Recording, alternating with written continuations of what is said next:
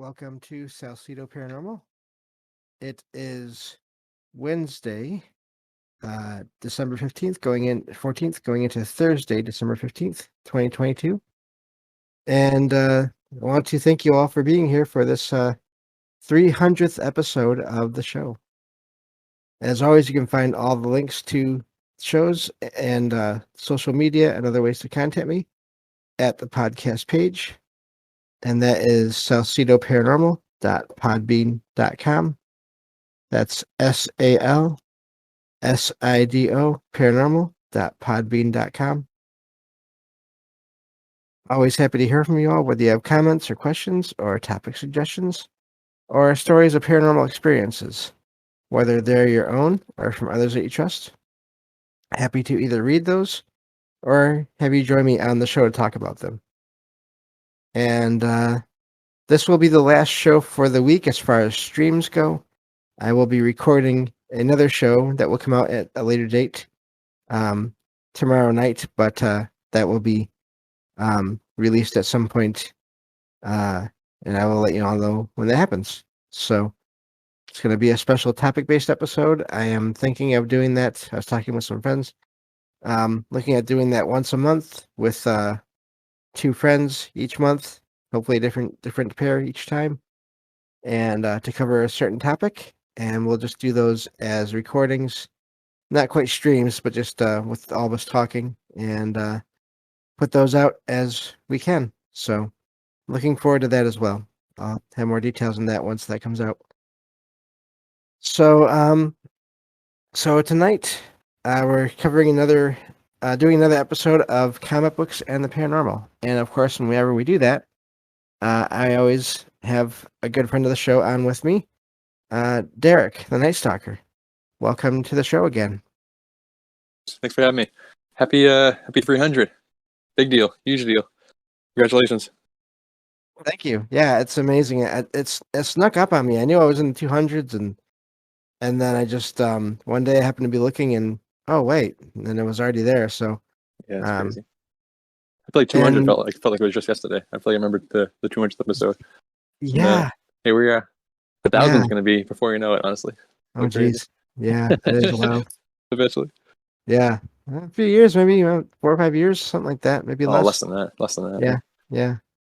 So, but I mean, it worked out kind of nice. Kind of nice little synchronicity that kind of we were talking about how this is kind of the end of our like phase 1 of us like covering these comics. This is kind of what everything we've been talking about so far is leading up to, and then it kind of synchronistically falls on the 300th episode. So it's a cool one. Thanks for having me on for it. I'm excited.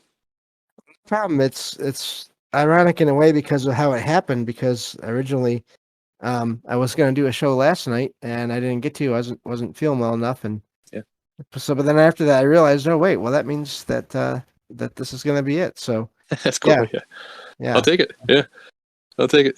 It's an honor. It's an accidental honor. I'll take it. Oh, thank you. Yeah. It's just weird how things happen. But so yeah, for anyone that hasn't listened a lot, we like to do these shows to cover these comic book stories, these events. And maybe we'll branch out someday. I was thinking of I'll tell you after. But we do these things to look at the paranormal similarities between these stories that are made up and things that seem to track in the real world, whether these stories are inspired by other things, or in some cases they seem to lead to other things happening. Yeah. Just all these connections between what people say is real and is not real. Yeah. And so that's the main reason to do these events, because there are definitely just connections between all these different realms. Yeah, and the weird kind of synchronistic. I know we talk about synchronism a lot in the show and on Troubled Minds and stuff, and it's just the weird connections between like fiction and like the arts mixing with the real world, like people's real experiences mixing with kind of the zeitgeist as a whole, what people are thinking about, what the mainstream pop culture is talking about. And it's cool, especially like starting back with comics from the 80s and stuff, looking at how they kind of viewed the paranormal, how kind of like the different tropes that they were using, and how it's kind of gone through till today, and like you're a paranormal expert, so you know like the state of paranormal thinking, right? And it's cool to kind of pick your brain on these topics and stuff. And just synchronistically, it's weird how completely unintentionally the events we've been talking about have lined up perfectly with the cinematic universe. So I know you're not a big fan of the movies, but as far as like Zeitgeist is concerned, they're absolutely massive. It's the biggest movie franchise, arguably, of all time. So they're like the one we're talking about today.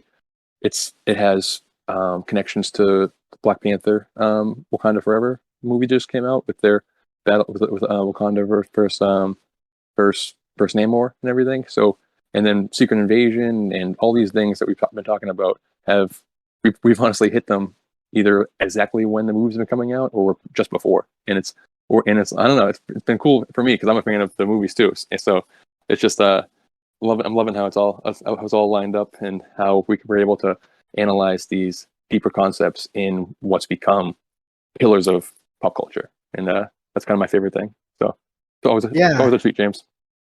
And it's also ironic. I just noticed here in the article here, the summary I'm using, this event started. I mean, there were obviously other stories that led up to it, but it started in April of 2012. Oh, so wow. 10 years basically, and change. Wow. Ago now, a decade ago. So and it's just a big year for weirdness too, because obviously 2012 is the whole Mayan prophecy and the Terrence McKenna predicting the end of the world, and people do point to 2012 as being kind of this checkpoint, this like circle on the timeline of kind of when mentality changes. That's when I got really into all this kind of stuff, and I feel like that's when pop culture, the zeitgeist in general, got really big into paranormal stuff. That's when like ghost hunters, ancient aliens, all these types of things really took hold of the minds of people. And I don't know, it's just when all these things kind of come together like this, makes me think we're on the right track or something. So it's been an added benefit of talking with you about it. It's really fun. Yeah. So I guess we should get right into it. Otherwise, we're going to be here all morning. I'm ready. But so this event here, now we've covered a couple of other events that have been major parts leading to this. One of them is, of course, House of M. Yep. Where at the end of that, the Scarlet Witch, Wanda Maximoff, who is Magneto's daughter, yep, basically used her abilities in this heightened state of ability and just trauma and just all these things. Yep. Used her powers to basically rid the world almost of mutants. Yep. Depower. I'm guessing over 90% of mutants, down to the point where there's only like less than 200 of them. Yeah, I think it's like 198. It's absolutely crazy. Yeah. I think the continuity, like the reasoning behind it for the company was just it was getting too sprawling. There was too many loose threads, so they were trying to kind of dwindle it down. And this is their mechanism in order to do it. But it influenced going forward, like everything leading up to it. Right. And this is also what led to the X-Men sort of being in the background for the next several years. Yeah. They had their own stories and events, but they were almost not quite literally. They still had interactions with other characters, but they were very much focused on maintaining and finding some way to start making more mutants again, or to give people back their abilities. And so this went on for many years until at one point in another storyline, there was a mutant that was born. Yeah. And I debated kind of covering these other events because they are somewhat important, but it's again just I mean we can only cover so much. Yeah, and so much we time. covered most of it honestly. Like we covered the crux of it. Just her origin is the only thing we really didn't cover. But go ahead, sorry. Yeah, no problem. Yeah, but so Hope Summers, that was her name. Yeah. Also, it's never. I don't think I've ever seen it discussed, but she has the same kind of red-colored hair as Jean Grey. It's cool, and as a redhead myself, I definitely dig that. It's and just we'll get into it, but the connection with the Phoenix Force. It's a very cool redhead character for redhead readers, personally. I Go don't ahead. remember ever seeing an explanation as to why she was the first mutant born after all these other events. I Um, mean, I mean, her name. Like I was listening to some explainers trying to kind of like this is your favorite event, but I've never actually read it. So I was trying to just familiarize. Like you're the quarterback of this episode. You're going to be leading us through it. But I was just trying to like get my feet wet in it, just to kind of understand it. So yeah, I guess they kind of um invented her for the sole purpose of like being kind of the mechanism to bring the mutants back and everything. And then because of the amount of events that they were doing that we all covered, like Secret Invasion, the Dark Reign, Siege, like all these things happening back to back to back to back, it didn't allow any of like the X-Men creators to actually like branch off and really dig deep in X-Men because they had to keep giving all the X-Men to these big events. So after a few years, people are just like, what's going on with Hope Summers kind of. But the idea is she was born specifically probably to be this almost um, new vessel for the Phoenix Force. So whatever uh, natural and like that's kind of what Jean Grey has kind of become. It's like she was almost born to house the Phoenix Force. She was made for it. So that's kind of the similar like their kind of fiery red hair thing. So perhaps it's just a kind of little Easter egg teaser to be like, yeah, this is possibly a similar thing that the world needs a perfect vessel for the Phoenix Force, and maybe it's this person. But then fans, I guess, were just like, yeah, get to it. Like, what's she even doing here still? You haven't talked to her about her in 6 years. Like, what's going on? You know, that type of deal. right. And that would fit because if you look at all the different comics and variants, and there have been other people in throughout the comics, like mainly more in not like major events, but just in other side stories. There have been other people, especially like in the multiverse, Yeah. who have had access to the Phoenix Force Yep. for various reasons. So that does make sense. Yeah. So, Um, I guess. yeah. Do you mind if I add these details and stuff? Oh, I'm sure. not in Yeah. any rush personally. Yeah. No, no problem. Sorry, but Me either. if I start to ramble too much, definitely cut me off for sure. But No, you're good. so I guess the Phoenix Force, essentially, for those unfamiliar, is arguably the most powerful force in the whole Marvel universe. It's an omnipotent force. It's like a multiversal force. It exists outside of the existing universe. There's one Phoenix Force, and it can kind of like spread itself out amongst different avatars, so different people can house the Phoenix Force all at one time. But it always exists, and the only way to destroy the Phoenix Force would be to destroy literally all energy in the entire multiverse, which is almost impossible. So even if there's one iota of energy existing, the Phoenix Force can house itself in it, and it's like unbelievably powerful, and it really can do whatever it wants. Like the only explanation kind of for it was like from a Grant Morrison comic where it says like the the Phoenix Force is here to solve multiversal problems, basically. So whatever needs to be done to create balance, or whatever just like whatever the vessel wants to do can be done, and there's really nothing to stop it. Basically, it's the most powerful thing, essentially. That's amazing because that fits Crazy, with right? the story here, what we're going to Oh, talk for about. sure, for sure. Yeah, definitely. So yeah, so Hope Summers was born. There was a whole lot of drama going on around that because everyone wanted to either protect her or control her, depending on what forces, Yeah. or in some cases with the the whole, what do you call it? Basically what they're called, the purifiers, but the whole anti-mutant community. Okay. All these different forces actually did join together and tried to eliminate her, Yeah. and including Sentinels.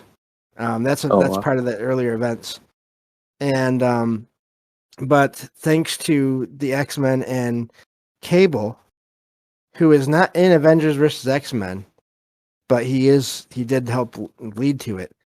Thanks to his actions, they were able to stop all these forces and save her. And then he actually took her into the future, Oh wow. jumped around time with her, and raised her until she was a teenager, and then eventually brought her back to the present, to a present point. That's pretty cool. So And so yeah, wait, just to clarify for me, like who is Hope Summers' parents? Is it Scott and Jean? That I don't. I've never heard anything about who they were. I Oh, remember that's that interesting. That's interesting. there was a hospital that was basically um attacked because of this detection of this first mutant that was born. Also, And wow. so like I don't even know if there are records of her past, Oh, that's interesting. of her parents, yeah.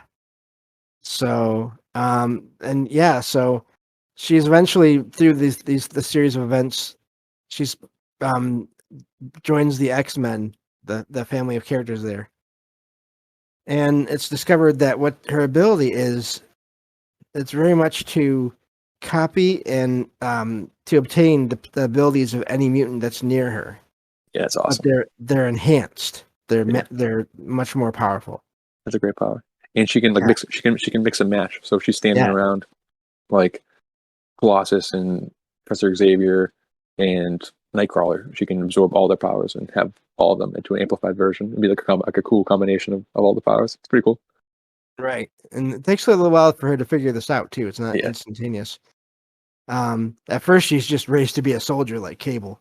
yeah, He was mainly a soldier kind of figure. Again, if we go into every character's past here, we'll never get done. So so, that's the problem. I would definitely recommend everyone check out the comics and even just websites about the history of Marvel and all of those things.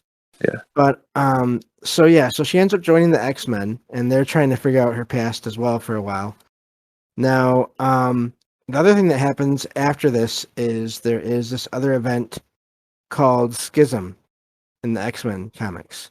Okay, And this is where Cyclops and Wolverine have this sort of like ultimate falling out over their views on mutants and how to proceed with them and training them and everything. okay, yeah. Because Charles is Xavier is gone. He's out of the picture. Like nobody knows where he is at this point. Right. Basically, For a right? while, yeah. Which he Okay, has a habit of doing that. Every so often he'll just be like yeah. kidnapped or gone or yeah. So And and yeah, sorry. go ahead. Sorry. Go ahead. No, go ahead.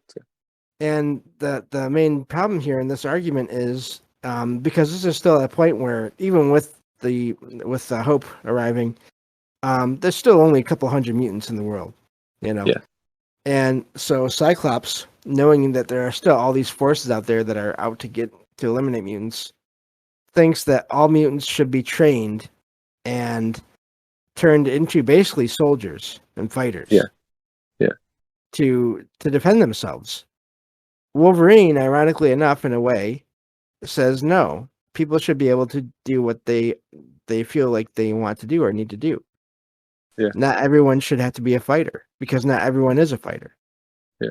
It's interesting. It is almost like two different branches from Charles Xavier's methods. Like that, you can see Charles saying both of those things in two different scenarios. In some scenarios, you get to be like, that's what the whole school is about. It's taking these mutants and training them to be not soldiers per se, but at least to defend themselves and save others. You know, but also he's not necessarily trying to take them against their will and push them into doing something. So you can kind of see it's just two different disciples of Charles Xavier and the different methods kind of coming up. And like this is the point where normally Cyclops has always just been in one mind with Charles, just kind of just doing what he says. But now, like in this point in the continuity, he's getting more um, tyrannical, I guess, or more edgy, I guess, more like willing to do darker stuff because of how few mutants there are and stuff. And is the creation of Utopia happening within this event, or is that before the event starts?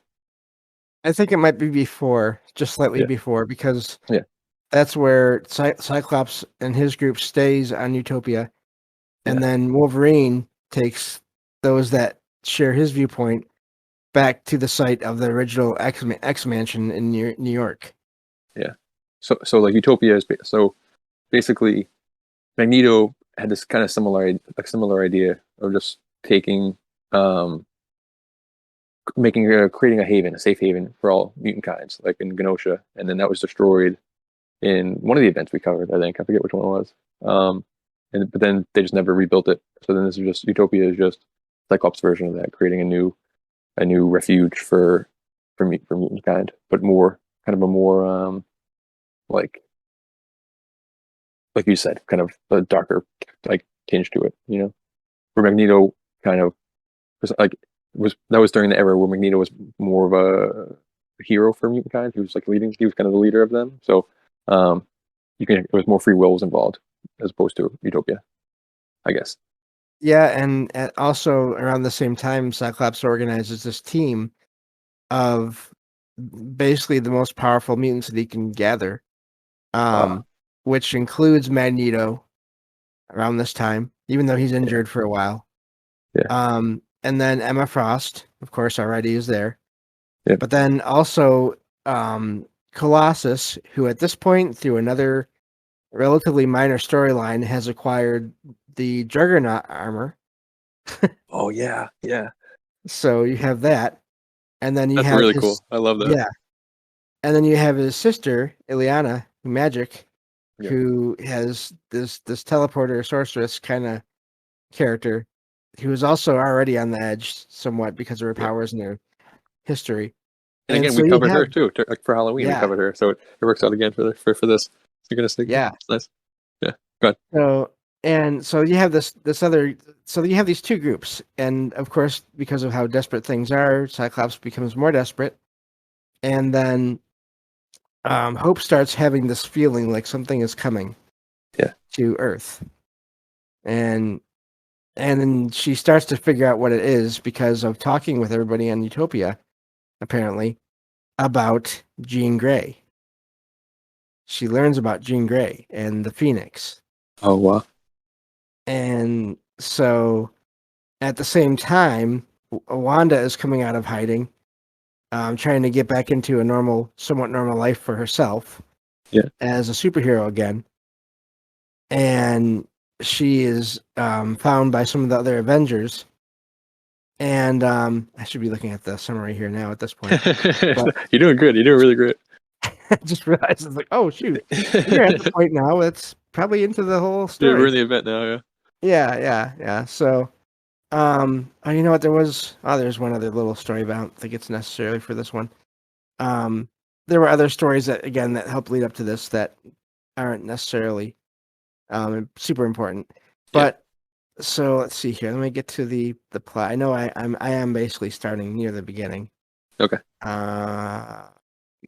Yeah. So okay. So again, this event starts with a prologue with two short stories. It features again Scarlet Witch, and showing up again, and and they try to take her to the Avengers mansion, but there's still a lot of hard feelings between a lot of the Avengers, some of the Avengers, and Wanda over another event that had led to other events we talked about, where she went insane and used the Vision, the android, Yep. to attack them, and that is Avengers Disassembled.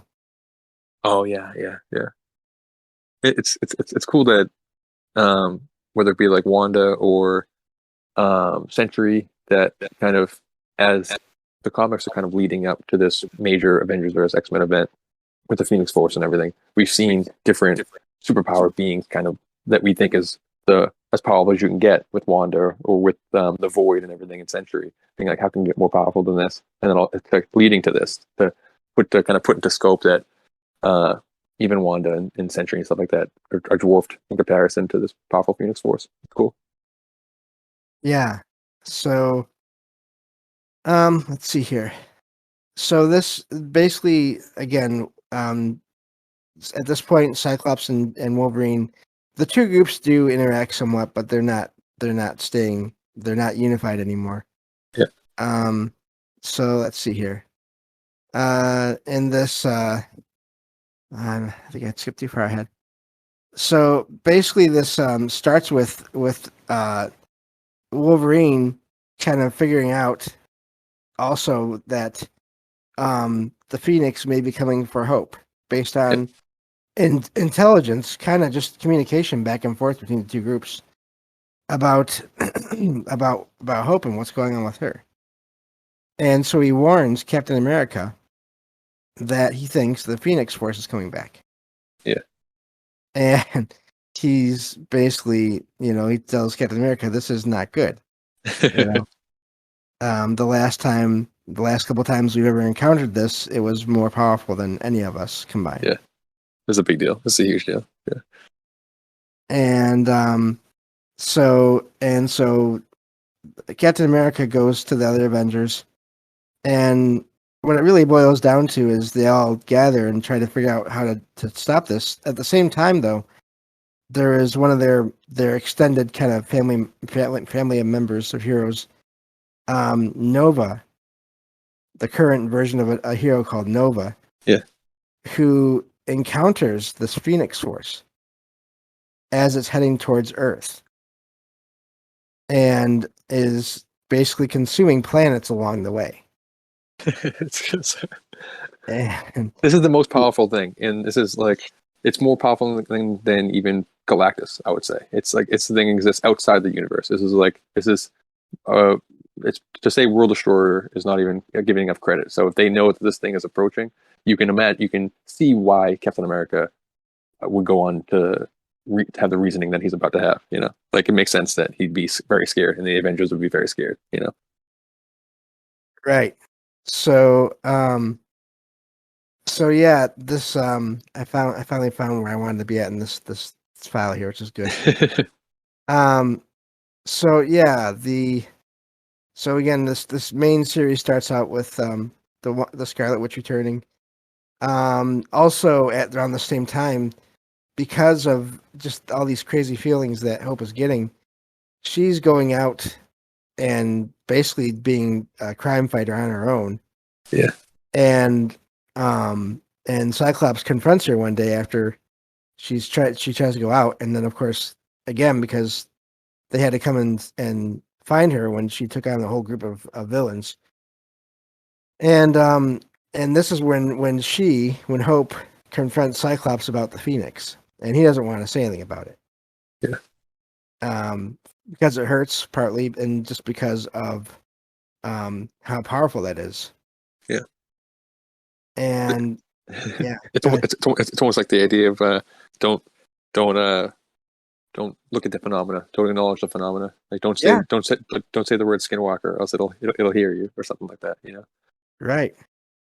So yeah, so Nova basically makes it back to Earth to confirm the Phoenix is coming. Yeah, crazy. And Wolverine, and so Iron Man and Captain America mobilize the Avengers, and they talk to the president of the U.S. and everything, and explain the history. Because the other thing about this event is there are a few characters that have been part of or are part of both the Avengers and the X-Men. Technically, Yep. There's Wolverine is the most recent one, but of course Beast was also a member of the Avengers for a while. Oh yeah.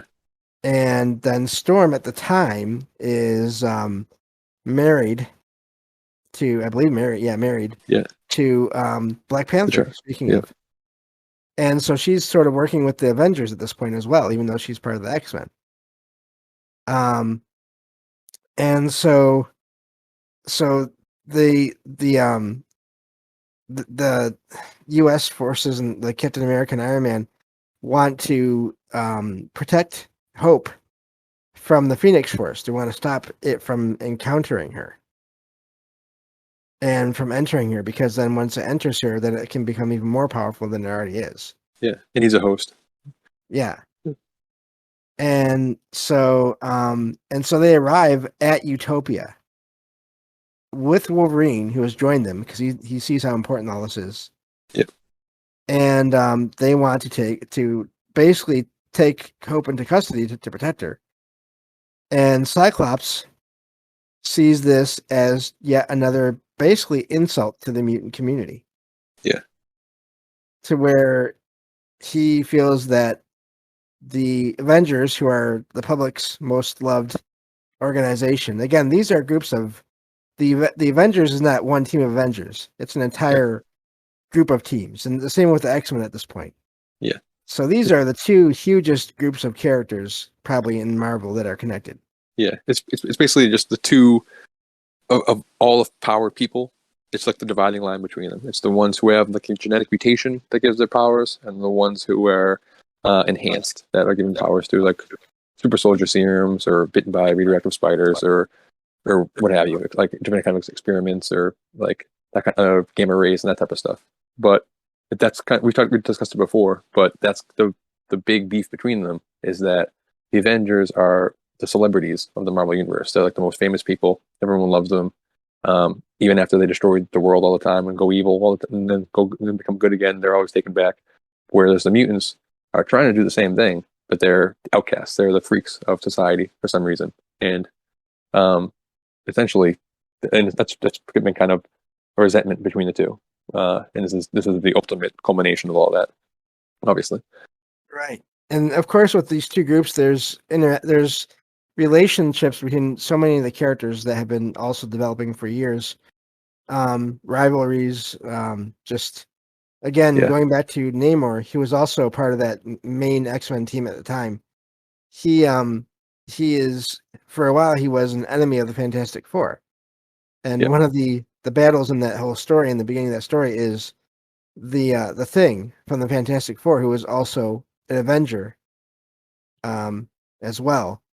They face off in the story because the Thing remembers all those times when Namor kind of tried to go after to take Susan Storm away that's from his Reed thing. Richards. Yeah, so funny. Which, of course, is partly because Ben, the Thing, loved her as well.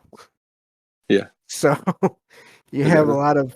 So again, there's just some other relationships like that throughout this whole event that drive things along further than they might have gone without that. Yeah, it's so deep. Even Spider-Man, who's not a mutant at all, but during a bunch of different times during the continuity, he's been like offered unofficial mutant status. Like even in the current continuity, when they introduce this Krakoa, which is like their modern iteration of Kenosha and Utopia, they're like, yeah, you can come if you want. Type of deal. I think like we like you, Spider-Man.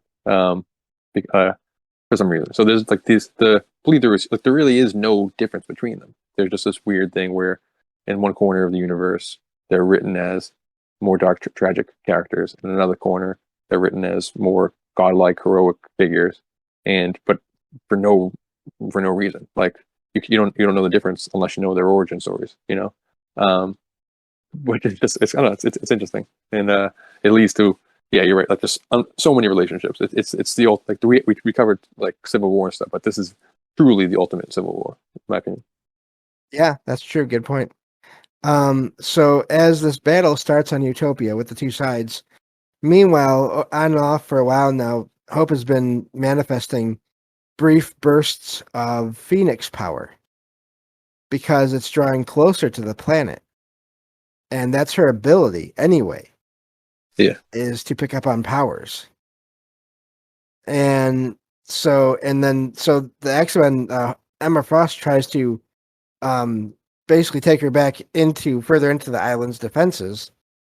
And then there's another flash of this Phoenix power, and Hope escapes and gets out of there as this whole massive battle is going on between the two sides. Now, another character that is really amazing in this event is Wolverine. And I'm not just saying that because I'm biased for the character. He, in this whole event, he doesn't do what the X-Men or the Avengers think is best. Yeah, he's really floating around between both sides. Yeah. Yes. I think part of that is because he's part of both forces, but the other part is just his personality. Yeah. To be honest. He's going to do what he thinks is right. It doesn't matter if everybody else thinks so as well. Yeah. Exactly. So, and at the same time, there's another group of Avengers that is out in space, led by Thor, who try to stop the Phoenix Force. And of course, they're just knocked aside. Just obliterated. Yeah, this is really cool. Yeah. They're not killed, but they're just knocked off to the side. Like, don't get in my way. Yeah. The only one that stood a chance was Thor. He's the only one that's not completely unconscious right away. Yeah. So, so this whole and interestingly, this is a little tidbit. Sorry, but like there's a recent revelation. So like this event has a sequel kind of that was done in the Jason Aaron Avengers run, like Enter the Phoenix they call it, which kind of touches on a lot of this. And I think in that event it comes out that Thor's real mother is actually the Phoenix Force. That it's Odin and the Phoenix Force are Thor's actual parents. So interestingly, it's cool that he was the only one to like stand a chance against the Phoenix Force in this comic. Like 10 years before that was even an idea, probably. Pretty cool. That's amazing because I every once in a while I'll look up just X-Men comics events, just pictures of the X-Men. Yeah. And I saw a picture of older, like a different version of Phoenix, like with the Asgardians. So Oh, that's that's cool. that puts that together. Okay. Yeah, that's cool. Yeah. So the things are starting to escalate here. Hope escapes this whole event after basically going into it like a daze and manifesting this Phoenix ability. But then she leaves because she wants to know what's going on. She's kind of frightened by these two sides, just thinking they know exactly what they should do with her. And so she leaves, and Cyclops and his team leave as well after, once they figure out that she's gone, and to go after her, to try to find her. Mm. And of course, the Avengers also want to find her as well. So, yeah, eventually the fighting stops on Utopia. The battle kind of ends, and with Cyclops tricking the Avengers into thinking that they had surrendered. Yeah. So at this point, Wolverine is still with the Avengers, trying to find them. And this is again going back to this whole thing I just mentioned with Wolverine. Captain America notices what Wolverine is doing, and he confronts him about it. And in this plan, which to me, I don't know, I guess it can maybe make sense to Captain America, but they drive over this winter wasteland area. I'm not sure if it's Alaska or not, and they basically throw Wolverine out of the plane. And I'm guessing the reason is just to slow him down. Yeah. To stop him from being involved. They just don't want, like, they know that the captain probably smelled that he's not gonna go along with everything that he wants to do. So it's just like we'll just like get rid of him for a little while. Like, it's not gonna hurt him, but it's just gonna keep him out of our hair for a few hours at least. Exactly. So, but of course, Hope has technology. She's taken technology with her, and has the ability, I believe, as well, to sense mutants anyway. Mm. So she finds Wolverine, and what she wants to do, she tells him, is to go to the blue area of the moon. It's cool. Now, this is where the Jean Grey as the Phoenix died the first time. Yes, wow. I said that the first time. Wow. The first time, yeah, I know. Jeez. Yeah. So, and so they make plans to go to the moon. Eventually, both the Avengers and the X-Men learn of this and track Wolverine and Hope down to the moon. Wolverine goes with Hope to monitor things and to, if he has to kill her, to stop the Phoenix from entering her. But he, once they get there, once they get there, Wolverine does signal the Avengers and say, "Hey, we're here." And the X-Men show up. Now, it's not just all the X-Men, it's this one team.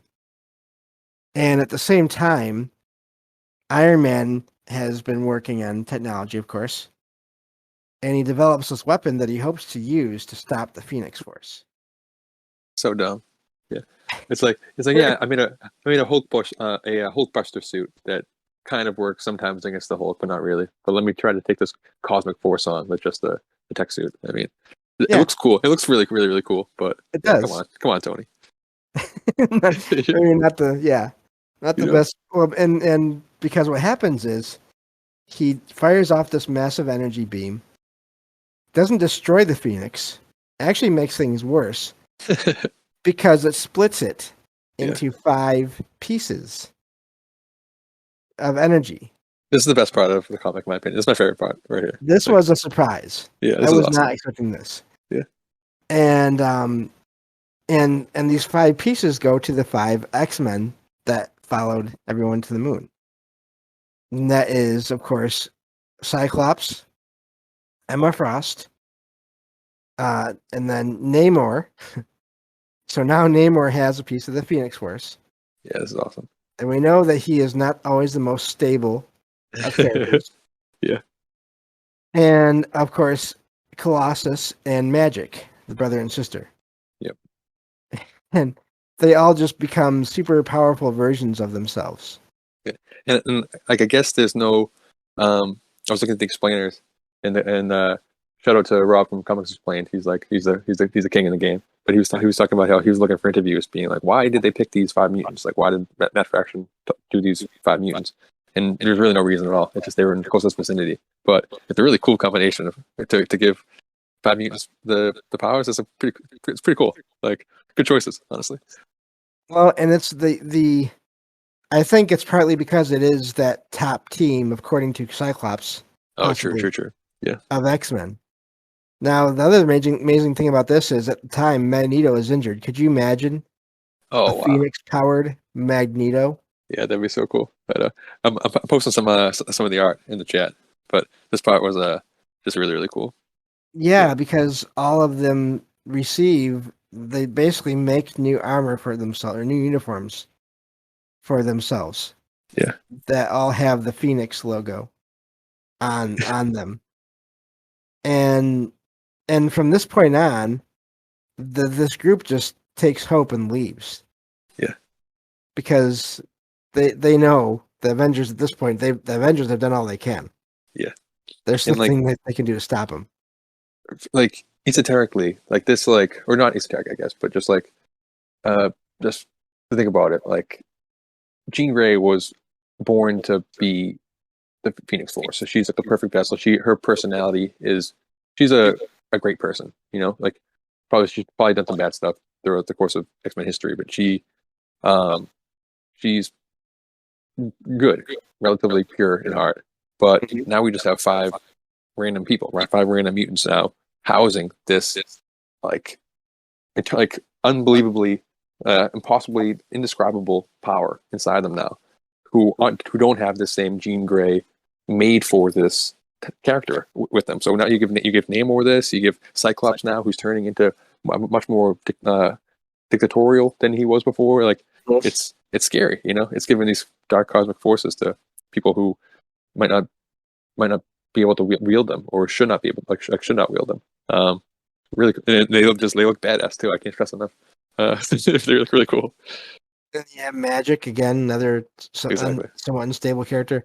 Exactly. You have Colossus, who, if you don't read the comics, you might not know, but he deals with a lot of anger towards a lot of things over the years. Like, Emma Frost too is like so manipulative too. She's like, yes, she's power hungry in a lot of cases. So it's not necessarily, I don't know. Like, Jean Grey is like just cosmically tied to this force. It's just like she's just made to wear it. So this is just giving the ultimate power to, I guess, the unworthy, if you want to use a kind of a comic-y term.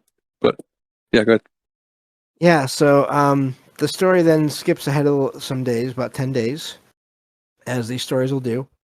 And novels do that too. That's nothing really that new. Years even. But so once they have these powers, this group starts basically trying to make a world a better place according to their ideas and their thoughts. Yep. And this includes providing free energy, food, and water to all of humanity, as well as ending armed conflicts around the globe, because they can. They can just step in, and nothing you can throw at them is going to do anything. Yeah. And so... And again, this power can do whatever it wants. There is no parameters for what the Phoenix Force can do. So they can really just essentially wave their hand and cure all the problems of the world, basically. Yeah, and I'll get to a part here going back to the whole personalities and the things, the combination of those kind of just natural human tendencies. faults Yeah. or Yeah. emotions Yeah. and this power. But so even with all that's going on here, the Avengers are summoned to the White House, and everyone basically there agrees that they need to be stopped still because there's no one to oppose them, and if they Yeah. decide to do something that is bad, then everyone is in trouble. And also at this time, the Avengers think that somehow Hope is the key to stopping them. Maybe through her powers, but they don't know how exactly yet. But Yeah. they're at this point they're just looking for any progress to be made. Yeah. And at this point, they they go after Hope and they face the basically just Cyclops, not even the whole group of five. And he knocks them all down. Yeah. He disables them. And so, but at this point, the Scarlet Witch steps in to this whole event. She's been monitoring everything, not wanting to get involved, not knowing how to get involved. Yeah. In all this. And so, but she saves the Avengers and convinces Hope to go with her.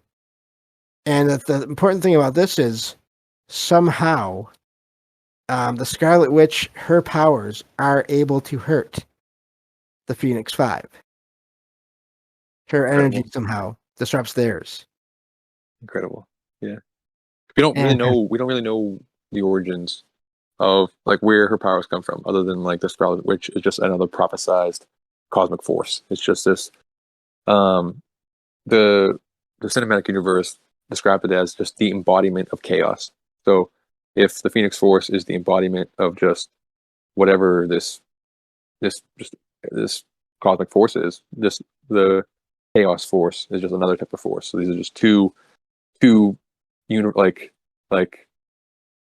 internal cosmic forces battling it out, which is I just love that. This is great. But I do kind of wish that she was one of the ones to get the Phoenix Force too. Like imagine Scarlet Witch with the Phoenix Force. Jeez Louise. that's a whole that could, man, that's like ultimate power with possibly ultimate instability. I know, ultimate trauma, yeah, for sure. Because, and that's the thing too, I've seen this in stories and other places, and it seems like the more power you end up acquiring, especially if you weren't born with it, the more that can affect your personality. Yeah, exactly. It's not even that the power is evil or you're evil, but you're just not equipped to handle it. Yeah, exactly. And that can lead to you doing some things that are not so good. Yeah, like for this, like especially, I mean, there's just the superhero trope of with great power comes great responsibility, and the idea that if somebody else was bitten by a radioactive spider that wasn't this like pure of heart kid named Peter Parker, then they could be a supervillain, and that the people with powers who don't have the same morality, they just become evil. They try to use the power for bad, and that's just like regular powers. This is like a super cosmic force that can break a person instantly if they decide to house themselves in it. Like they had to create like Jean Grey or Hope Summers in order to house this thing, and it's too much for really anyone. So yes, we have like 5 of the most powerful mutants, but even they can be corrupted by it, especially when things are already going so crazy. Like they're already having like this is a very tumultuous time in like they're already warring with the Avengers. It's like they're Cyclops is trying to deal with how to save the entire like mutant population, and it just it breaks them. It's yeah.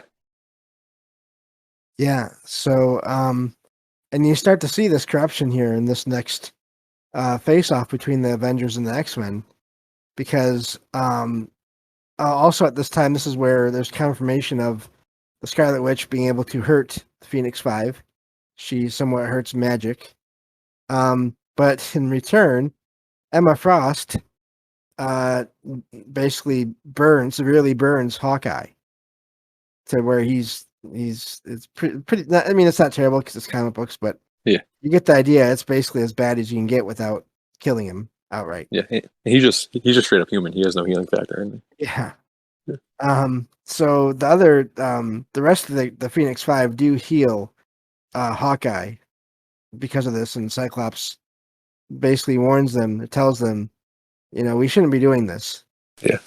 But of course, Magic at this point is freaking out, and because she wants the Scarlet Witch dead, because the Scarlet Witch could hurt them. Yeah. And Namor, of course, steps in at this time and says, "Look, we're at war." Yeah. Which is ironic in a way, because this whole time, the Avengers, I mean, it took all of them to even slightly injure one of the five. So that's not much of a war. Yeah, exactly. So at this point, the Hope figures out that realizes that the X-Men fear the Scarlet Witch because of her abilities. Again, just people are starting to realize this. And Black Panther and Iron Man start looking into a way to stop the Phoenix Five. Now, at this point, this is where we get into the more mystical aspects of everything. Yep. Because you involve another hero, not a high power level hero at all, technically, but another hero, Iron Fist, who has this connection to this other realm for training, and they want to train Hope in how to not just mimic Wanda's powers, but to amplify them. Yeah. So that she can take down the Phoenix Five. Yeah, exactly. And this is like a kind of like a Shambhala type place, a Kunlun, where it's in another dimension. You have to know how to get there in order to get there. It's like you have to be initiated into this like mystical sect in order to find the door for it and stuff. And then when inside, it's like this kind of, I forget what they call it for Doctor Strange, what their version of it, like the magical people. But essentially it's a place to kind of balance your chi and all that type of stuff. And because I guess at some point during the history of the Iron Fist, that like the Iron Fist is another one of these things that there is always an Iron Fist. So at one point, one of the Iron Fists was the vessel for the Phoenix Force. So because of that, like they have like methods in order to train the vessel for them. So I'm just gonna say real quick, I think it was more the Phoenix went after the original, like the original Iron Fist dragon kind of creature. Oh, is that what it is? Yeah. Oh, wow, that's cool. They were old enemies way back when. That's even better. I like that even better. Wow, that's cool. Yeah. Yeah. And so that's part of why this training is so essential. Oh, that's awesome. So that through Iron Fist assistance and training Hope, and then of course they figure out Wanda, it's going to take both of them together to take down the Phoenix Five. Yeah. So there's that whole thing going on, and of course Hope this whole time, Hope has been told over and over again, well, you're destined to save all mutant kind, or you're going to be the one that handles the Phoenix, and she's still a teenager at this point. Yeah. So she's really not sure about all this. And this is also where Iron Man and Black Panther are trying to figure out a way to stop the Phoenix Five. And of course, there's still fighting going on throughout the series, back and forth, both sides taking prisoners in different battles around the world. And Scarlet Witch manages to injure Namor, and Namor loses it. And this is another one of those tie-ins to current cinematic stories. Yeah. Because Namor figures out that part of this is Black Panther's fault. And so he goes after Wakanda. Yeah. He takes all the Atlanteans and they go after Wakanda and they basically destroy it. Obliterates it. Yeah, it's just Yeah. I'm posting a picture in the chat right now. Okay. Really cool. And they use the try like the. I just love how the different iterations of the Phoenix going through all the like the using the different vessels. So it has like the kind of the Namor trident, housing this like Phoenix firepower. Right. Controlling the seas. It's really badass. Um, but then yeah, go ahead, continue.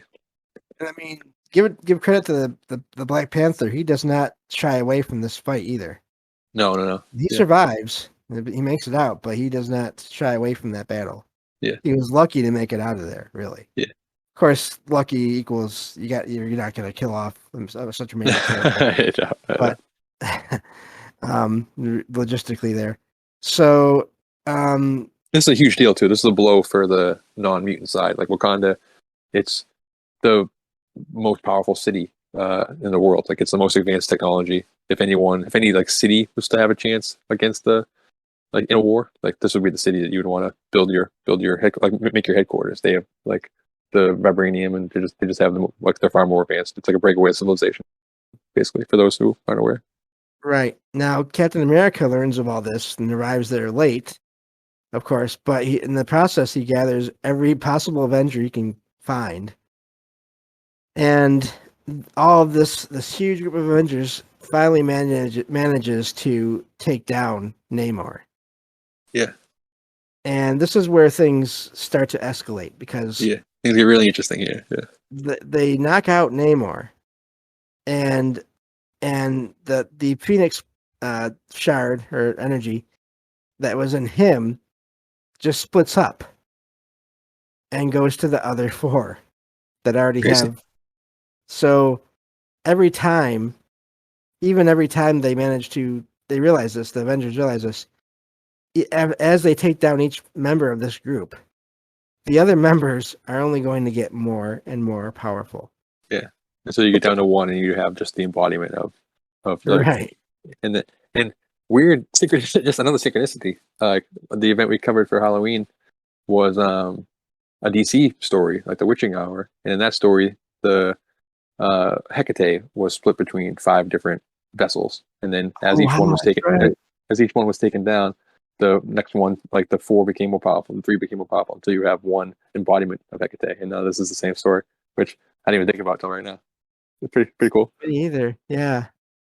And But then so, also but like yeah, they realize that too. Like not only the Avengers realize that, but the Phoenix Five themselves realize, oh wait, like yeah, I can get all the power now. Yeah. yes. This is where they start to somewhat just contemplate the idea of turning on each other.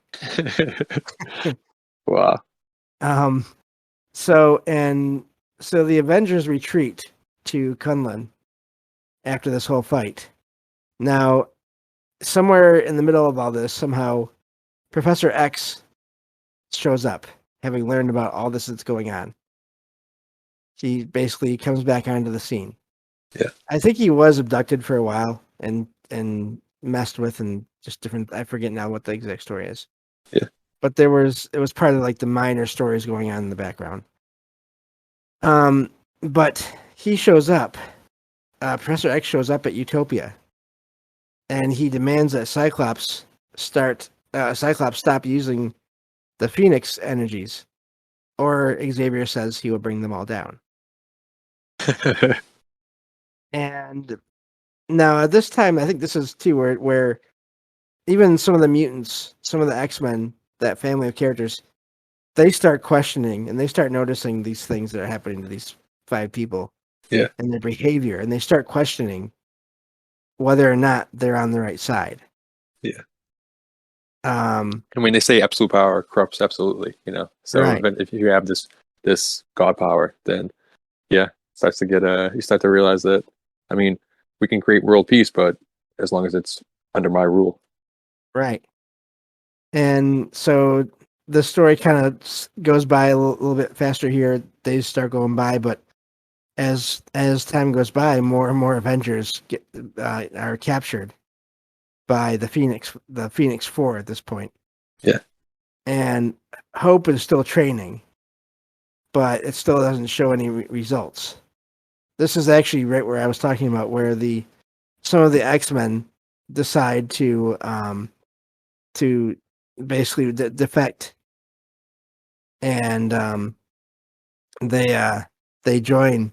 Some of the X-Men start joining with the Avengers, and so things start changing. Yeah. The Storm is also involved in all this, and she shows up to Wakanda after all this happened with Namor, and she tells the Black Panther that there's the captured Avengers are in a volcano, like in Siberia, Yeah. and so the Avengers head out that way to rescue those captured Avengers. Basically the Avengers and the X-Men now, like those that have joined them. I'll just say the Avengers because it's easier. Both sides are realizing. Yeah. Yeah, like both sides are realizing that like the real villain now is this Phoenix 4, and that they gotta start like combining together again. And Magneto starts to realize like, yeah, basically continue. Sorry. Yeah, no problem. Yeah, so and as this gathered group of heroes are on their way, one of the Avengers captured there is Spider-Man. Who, Yep. this is a brilliant scene, even though it's kind of heartbreaking because of how brutal it can be. But so the Magic and Colossus are the ones that are in charge of this prison. And now some people don't know, part of Spider-Man's ability, besides his fighting and his agility and all that, he has a mouth on him. Exactly. Yeah. And a brain. Yeah. He's a genius. He's for most of the content, he's a kid, so he's like playful and fun. But also like I think during Renew Your Vows or something like that, like he talks about how he talks to throw them off his game, like throw his enemy off, like throw the person he's fighting. That like if if they hear him quipping, then they're like, what's going on? Like, how powerful is this guy? Like it's a psychological tactic as much as it is just funny and fun. Right. And I'm sure it probably just started out as funny and fun back in the 60s. Exactly. And then the writers were just like, wait a minute. Exactly. Yeah. So, but that's like just a tangent, but like the Batman logo, like the yellow Batman logo, like the old fashioned Batman logo. Just starts out as just a cool yellow logo in the 30s or 40s and stuff, but then fast forward to like the 80s and 90s, they say like, no, the reason why I wear a yellow thing on my chest is so that the people like the villains point their guns at my chest and not my face. And it's just like, that's a cool thing. It's a cool thing to like 60 years later to retcon in the continuity. It's fun. I like that kind of stuff. So now back to this thing here, this volcano. Magic and Colossus have been experimenting with creating different kinds of life. Wow. And they're talking about it. And you hear Colossus, who normally, I mean, not counting his anger issues that he's had, he's normally a very kind. He has a similar personality in a way at times to Jean Grey. He would never want to hurt anyone. Yeah, exactly. Or mess with anyone. But he actually was talking about how he created whales with legs. And how they didn't seem to like it, and he couldn't figure out why. And of course, Magic was like, "Well, I could create something more interesting than that," you know. Yeah. And Spider-Man is listening, even though he's all beaten up, and that's when he starts talking. He's like, "Oh, I'm sure you could. I bet you, you know." And then the siblings start kind of debating on who was better and who was more powerful, and Spider-Man just keeps on goading them into that more and more. Yeah. And so they basically decide Colossus and Magic both are tricked into attacking each other with all of their strength, all of their Phoenix ability. Crazy. I mean, like, how else do you try to defeat a god? How else would you try to fight two gods, like, other than get them to turn on each other? You know, these are just two gods who are literally like arguing or like talking about them creating life and just playing with life, you know, in silly ways. Like, these are these are unbelievably powerful. Like how, you don't stand a chance unless you can try to outsmart them and get them to like use their own negative momentum against them. Yeah, and if you just call attention to yourself, then Yeah. you're dead even faster. Exactly. Yeah. I mean, he was already beaten up, like I said, Exactly. very badly in that scene. Yeah. And yet, so these two, and of course the other heroes, the Avengers and some of the X-Men arrive and free everyone. And the so and they arrive to find, that the Colossus and Magic have been knocked out cold. But of course, this means that now it's just down to Cyclops and Emma Frost. Yeah. So, um, We're there are a couple at this time too, right? They're yes. yeah, crazy. So yeah, and I'm not sure where exactly at what point in the story, but you mentioned earlier that the way that a lot of the X-Men have been seeing how things have been going, Emma Frost has been in charge of keeping order on Utopia. Well, how she's doing it is just through telepathy, through mind control. Yeah. And she has everybody just bowing to her, like this on their knees to her. And Cannonball, one of the X-Force New Mutant characters, tries to say something about it, how it's not nice and it's not fun. And she just turns on him and increases the pressure, hurting him. And so this is really when you're starting to see this is, this is not going to end well for any of them. Yeah. I mean, this is kind of like the ultimate, like, this is what you kind of imagine what she would do if she had ultimate power. This is in line with her character. You'd imagine her being this kind of dark queen person, like just bow to me type character. But scary, and it's like she already had the power, the ability to get into a person's mind and manipulate them and stuff. So just now that fueled with ultimate god power, it's just scary. Yeah. So the Avengers, they retreat and they send Hope back to do more training. While they're trying to stall Cyclops, who at this point is starting to realize, okay, I can't just sit back and not do anything, because he's been sitting back for a lot of this. Yeah. Because there's still that bit of, I'm guessing there's still those parts of him that were a hero, that were from back when he was a hero, and he doesn't. There's part of him that still does not want to be hurting anybody. Yeah. So he stays back for a lot of these events, which in and of itself is not good because he's letting it happen too. Yeah. But so yeah, the training goes on, and in this last bit of training, this lesson, the members of and I don't know them very well, so I'm not going to go into detail here.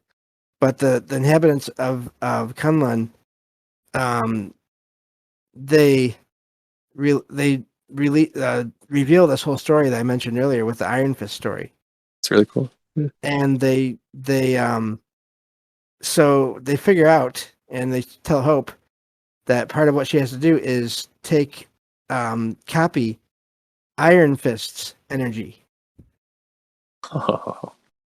and use that to fight back against the to Cyclops and Emma Frost at this point.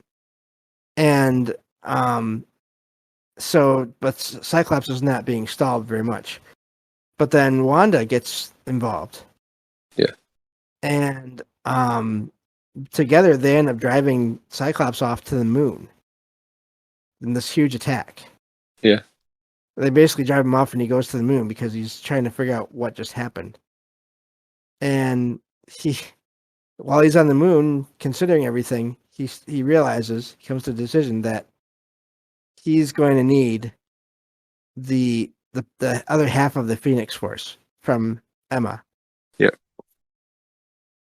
And meanwhile, back on Utopia again, Magneto was injured, but Professor X goes back there to Utopia as well, and this is as Emma Frost is getting more and more tyrannical. Yep. And so they go after Cyclops and Emma Frost on Utopia, while Professor X engages Cyclops telepathically. That's a bold claim by him to say, "You guys better knock it off, or I'll take you all down." Like, is he powerful enough to do that? Can Professor X take down like 4 Phoenixes, or now one super advanced Phoenix? Like, it does make you wonder, and I because it just makes you wonder, how much does Xavier hold back all the time? Exactly. Yeah, he only does what's necessary. But And everyone is scared of him though. Like, yeah. so yeah. And does that mean he does have the ability to do that? Yeah. So, Imagine him with the Phoenix Force. Jeez. there'd be no privacy in thoughts at all. Exactly. Yeah, that's scary. Ever. Yeah. So meanwhile, I'm sorry, let me see here. So they do a little bit of jumping back and forth in time here. Turns out back when everyone was still in Kunlun, Hope learns about the Scarlet Witch and what she had done in the House of M events there, and how that may have led to Hope being born and it being necessary for her to be born. And so they kind of form this opposite kind of energy pattern. Yeah. That they give off when they're near each other. And they realize when they're near each other that this may be the what they need to take down the basically just now it's Cyclops and Emma Frost. So that's like a little flashback in there. It's very it's very I'm in the middle of a big Star Wars binge right now, and it's very force like create balance to the force. It's like we have to. The only way to cancel out this all powerful energy is to kind of battle. Like, I don't know, battle it. Like, I don't know. It's I like the concept of it. This Right. this I feel like they should explore it more. This idea of whatever is fueling Scarlet Witch versus whatever the Phoenix Force is. It's just a cool idea to me, and especially that dragon versus the Phoenix Force. Like, I want to read that comic. That sounds really cool. I wonder if that dragon maybe is a previous version of the Scarlet Witch. Whoa, yeah, whoa, and I want to say in the movie there's a statue of like a dragon. Oh, maybe. Whoa, that's a cool idea. All right, go ahead. Sorry, that's a tangent, but that's okay. So anyway, so everything starts. Everything. Yeah. Did I just distract you? You blew my mind for a second there. Yeah, jeez, Louise. Yeah, I blame that writer's mind. I know. But yeah. So everyone starts to converge on Utopia, and Cyclops, realizing he's in trouble, he decides to turn all his power on Emma, not to just knock her out, but to take back that half of the Phoenix Force from her. Jeez. Literally pull it out. Yeah. And of course that drains her and knocks her out. And after he does this, the reason he does this, it turns out, is this ultimate betrayal, you could say. And because once he gets all that power, he uses it to kill Xavier. So crazy. So he's the first student of Xavier. He's yes. Like he's the number one X-Men, and he betrays the mentor. Yes. It's a real Anakin fighting Obi-Wan scenario. It's sort of the culmination of his darkening. Exactly. Which starts out, you don't think of it necessarily as being bad because he's doing what he thinks he has to do to keep mutants from becoming extinct. But he starts becoming more and more militant and eager or willing to attack first. Again, he had his own secret team, secret X-Force team that he would send out on missions after targets that were known to be anti-mutant, and that would take them out if they didn't take them out first. Yeah. But then this is just there really is no reason for this other than maybe Cyclops is afraid that Xavier could have actually done it, could have actually taken Cyclops out. He must be. Yeah, he must be what it If is. he didn't have the rest of the Phoenix Force. Yeah, and it's just metaphorically speaking, this the ultimate breaking of the character. It's the ultimate character portrayal for himself, like the ultimate internal betrayal. Not only is he like killing a person, but he's like killing his mentor, killing a person who holds the beliefs that he once held, and now he's losing those beliefs, and this is his turn to use a Star Wars reference again and start the dark side officially. And does this like is he? Slight spoiler alert. But does this make him the Dark Phoenix, or is he the Dark Phoenix? Does that allow him to do this? I think it's probably probably a slippery slope. Yeah, because I'm posting some art in the chat, and at one point, like they make a big deal of it that like he becomes the Dark Phoenix. Like he's not just a vessel for all 5 of the Phoenix Force. He actually embodies like the dark version of it, which is scary.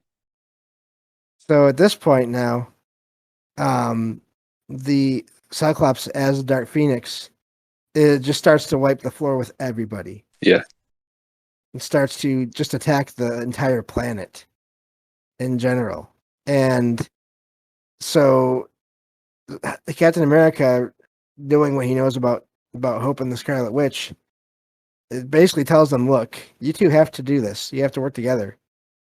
And combine your powers and feed off each other and just focus everything you have on him. Because if you don't, there's not going to be a world to save. Yeah. At this point, again, sort of going back to the idea of the Avengers, anyway, in a way, this concept, you know. Yeah. And exactly, that's exactly true. Yeah. Yeah. Yeah. And so they do that, and eventually they do manage to drive the Phoenix energy out of Cyclops. But also, once it's out of him, it senses Hope as the better vessel. Yes. And so it bonds with her. And almost like it was the whole time it was like conscious of it and trying to seek out Hope, you know, and that Right. like this was all just kind of I don't know. We talk about weird as like cosmic forces working through ideas and stuff, and like potentially having intention. And this is just a much more literal version of that. They're actually seeking out a vessel to house itself in. You know. Right. And so now the other thing I forgot to mention here is this idea that Cyclops had about regarding Hope and the Phoenix, and I guess it works either way here. But part of the reason also why he refused to go with Captain America's plan is he had this idea regarding Hope that once she got the Phoenix power, that she could somehow, with that power, reignite the X gene, the mutant gene, Yes. in the world's population, which would then save all mutant kind. Yeah. And so that was his original reason for doing everything in this story. Yeah, that's kind of like the original seed of kind of the conflict is that the Avengers wanted to tuck her away, hide her, and don't allow the Phoenix Force to get in touch with her, and Cyclops wanted to bring her almost to the Phoenix Force and because it could save mutant kind or restart mutant kind, basically, right? Yeah. And he thought even if it was destructive, because of his connection to Jean Grey, possibly he could have worked with her and gotten through to Hope and helped her make the right decision. Yeah. So, but at this point, with him knocked out, it falls down to the Scarlet Witch, who kind of realizes what his plan must have been in her own mind. Yeah. And she realizes that with her and working with Hope with the Phoenix power, they can undo everything that she, the Scarlet Witch, did, and basically giving people back their abilities. Crazy. And or having new mutants be manifest their abilities, not even necessarily all the original ones, but new ones. It like reseeds the X gene back into the world, basically. Right. Yeah. And so, but this takes a lot of power. So this ends up canceling out in a way the Phoenix Force. It extinguishes it for the time being, of course. Yeah. And returns Hope to normal as she can be, and that's really where the threat is over for the time being. I'm posting in the chat. Is that the No More Phoenix line? Is that where Yes. they come together? That's really cool. That's a cool callback to the No More Mutants thing. Yes. Yeah, I like that. Yep, because it's basically takes Hope and the Scarlet Witch to basically dismiss or just not quite destroy again, but like maybe just disperse the Phoenix energy. Yeah. I think that's probably the better way, because again, with something like that, you'd never completely destroy it.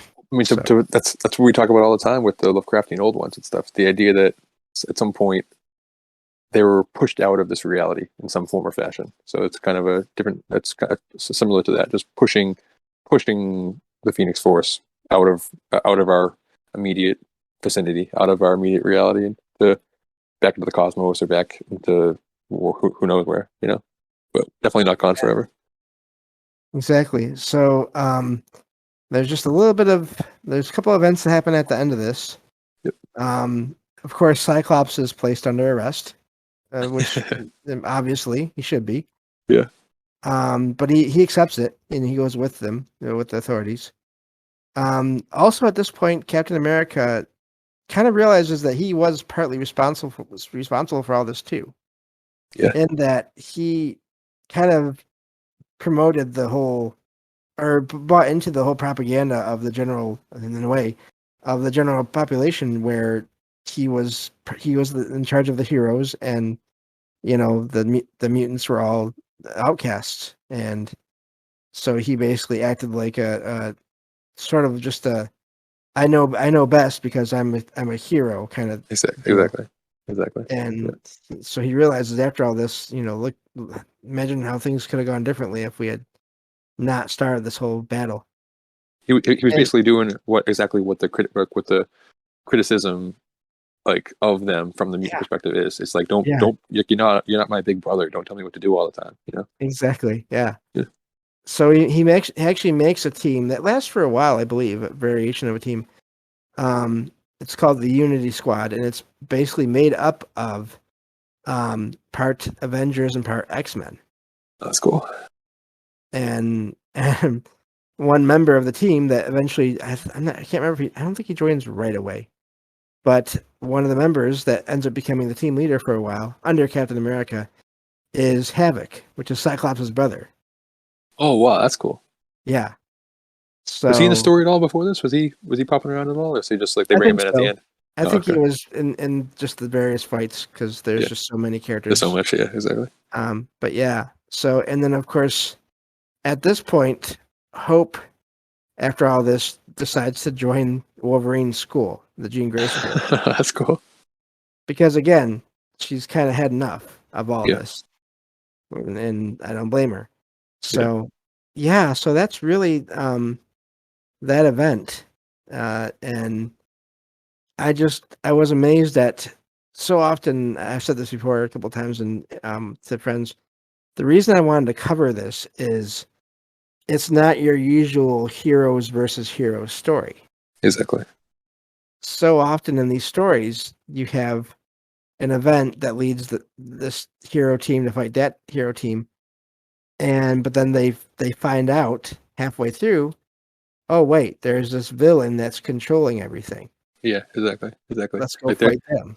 Yeah, their puppet strings are being pulled, or there's just some misunderstanding between two strangers, like Batman versus Superman, where they just don't know each other yet, and then there's just the stronger force that comes afterwards that they have to band together, and then they're like, okay, yeah, I like you now, it's no big deal. There's always one of those variations but in this case, it's there's no misunderstanding. Like both sides, they believe what they believe. You can see both from their perspective. You can kind of understand it until the Phoenix 5 gets involved and they start to get corrupted. But the initial just like beef between them, that's like you can understand how both sides would feel the way that they felt, and wouldn't want to back down like that. And I it's cool. Yeah, there was no clear evil going on there. I Yeah, mean, like this whole story, there was like 1 or 2 villain appearances in the entire story. yeah, that's really cool. Yeah, I mean, like Cyclops, the X-Men, they're fighting for survival of their species, you know, and Yeah. then the Avengers are fighting for the survival of the whole planet because there's this potential world-ending threat coming. So it's just when backed into a corner, you like they both make some very poor decisions for the course of it, but you understand why they made those decisions, and there's no like MacGuffin at the end, or there's no like somebody pulling the strings. Like you said, it's really cool. Well, very well written. Um, there was some criticisms when I was like trying to read reviews and stuff that like it's such a perfect event, and but just ends too quick. It's just like they just like they wrapped it up too quick, and they wanted like more. They wanted more of it, which I can see because I really I really liked it. You know, just from like summaries and stuff. Like really cool. Yeah, Fascinating. I can see that, although it's one of those events where you have to end it at some You have point to end it. You have to end it because it's exactly. gonna Yeah, only get bigger and bigger. exactly. But Yeah, my problem I have with the comics though is not so much the end of that event, and I've talked about this before in voice chats with you and some others. It's how things go after, because they basically Hope Summers just fades into the background. yeah. I don't even know where she was. Like I didn't even hear about her until you started talking about her. And I was I read comics currently, like for so I don't know where she is right now. In continuity, if she exists at all, I don't know if they killed her off a few years ago or what the deal is. But I like her, like especially as you're describing her.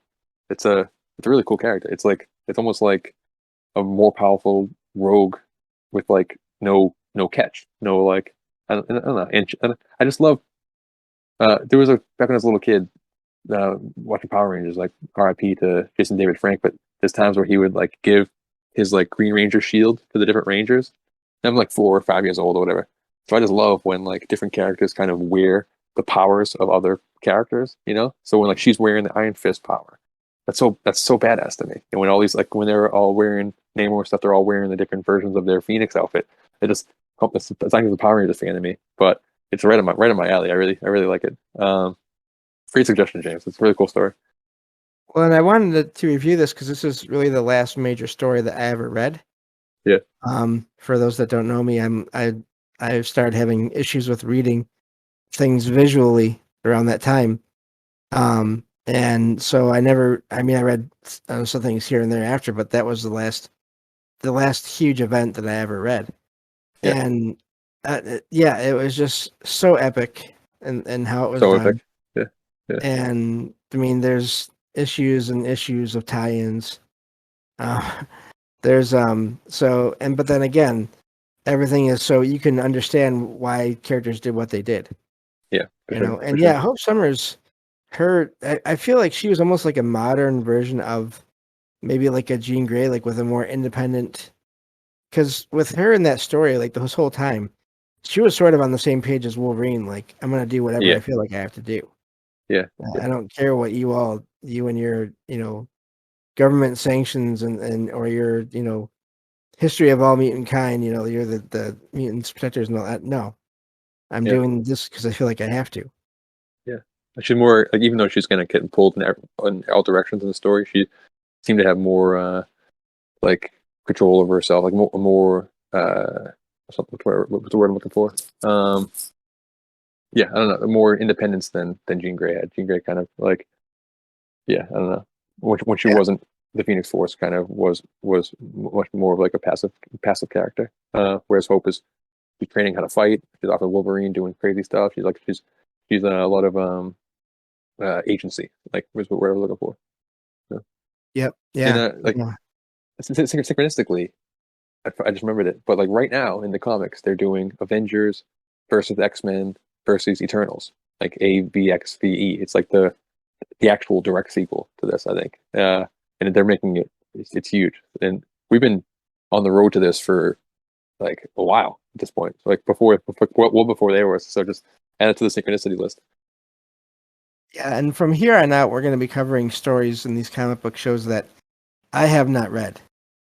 Yeah. So, but that's okay because again, the point is to talk about these similarities and synchronicities and connections to the real world in this fiction Yeah. that I truly think it's been inspired by things that have happened in the real world. We were talking about that the other day with an article you posted over on the Trouble Minds server, or the link you posted about this whole underwater humanoid Oh trend, yeah, or I this know. Yeah, I this know. underwater monster and or humanoid trend, mermaid trend kind of thing. And I just mentioned, and it seems like so often there are these stories of people seeing strange things Yeah, that then get turned into popular pieces of content for people, yeah, movies, TV shows, stories, books, whatever. And then afterwards, people read that and they see that or hear that, and they're like, "Oh wait, wow, that's odd. I yeah. feel like I've seen something like that. No, that's not possible." And it's like, yeah, it's Exactly, possible. exactly. I mean, also like that goblin mode term that we were talking about on Troll Minds before. It got we were talking about it back in April, but it just got voted phrase of the year by Oxford Dictionary. And then Wow. synchronistically, there was a goblin sighting. Shout out Rivers, but she sent it to us, and there's an actual real goblin sighting, like 3 days later. So Oh, I mean, it's really weird. And then just the number one movie on Netflix right now is called Troll, and I know it's not the same thing, but it's this giant troll goblin monster thing, and it's just weird how the pop culture meets meets these like ideas that are bubbling up in the collective, which then spurs actual real paranormal sightings and stuff. So the idea, like, what does the phenomenon stem from? Is it coming inside of our mind? What's the relationship between whatever it is we're dealing with and our mind? Like, it's a real chicken and the egg scenario. What's fueling what? And uh, it's endlessly fascinating. We can talk about it for days and days. I love it. It's the best. yeah, no, and there's been sightings of trolls and goblins and all different kinds of creatures throughout time. So Oh yeah, that doesn't surprise me at all. yeah, exactly. So, yeah. Um, Well, but yeah, it's a great. So and just this end we mentioned it before, but it's the end of our like kind of phase one where we're going through kind of in chronological order, tackling these events. But now we can kind of branch off to whatever tickles our fancy at the time, and but we're looking for suggestions too. So we were talking about maybe throwing out like we did for Halloween, maybe a couple of choices some weeks, and yeah, people can vote on it, or just if something interesting happens, like some topic is interesting us at that time, we can just find an event for that. Or if anyone has any suggestions, we're open to it, and just sky's the limit. Again, James, thank you for having me. This was really fun. Congratulations again on 300. no, thank you for being here for that special episode. So I really appreciate it, and yeah, it's always fun to talk with you about these things. So Oh, it's the best. It's the um, best. And thank you for listening, everybody. I'll mute up, but again, big congrats, 300, huge deal. Uh, I'll be here. I'll be here for 1,000. Let me know when you want me. We can cover some major event during that one or something. But sounds good. yeah, Sounds later, brother. good. Thank you. No problem. Thank you. And yes, thank you all for listening. I'll be back on Saturday night, Sunday morning with another episode as far as the live stream goes.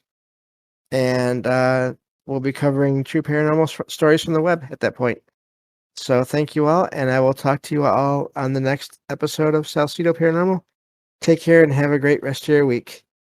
And thank you all again so much for helping me with bring the show up to 300 episodes.